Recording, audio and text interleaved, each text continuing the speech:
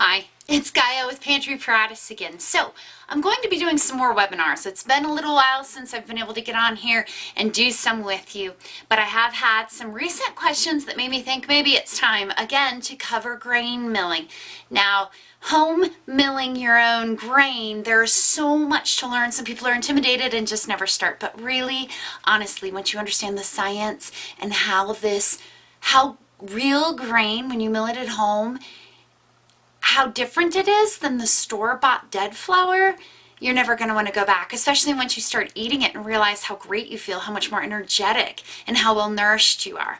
Even people who have difficulty digesting grains, and I'm not talking about food allergies, different thing, but sometimes people who say, ugh, I don't like the way I feel after I eat store-bought bread, whatever, love the way they feel after home milled flour. I know I'm one of those. So I can't wait to cover the science with you, but it's more than science. There's so much else to learn. For instance, people who want to store grain for preparedness reasons often store the wrong thing. So I want to help you keep from making that costly mistake. We're going to talk about what makes the most sense.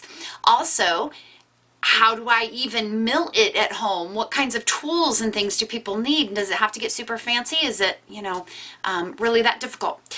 You might be surprised. Not really. No. So let's discuss all of what your options are too. And then when it comes to using those grains and baked goods, there is a bit of a learning curve if you're just trying on your own without a few tips and tricks. So I've got those to provide for you. What if you are gluten-free and you don't eat wheat?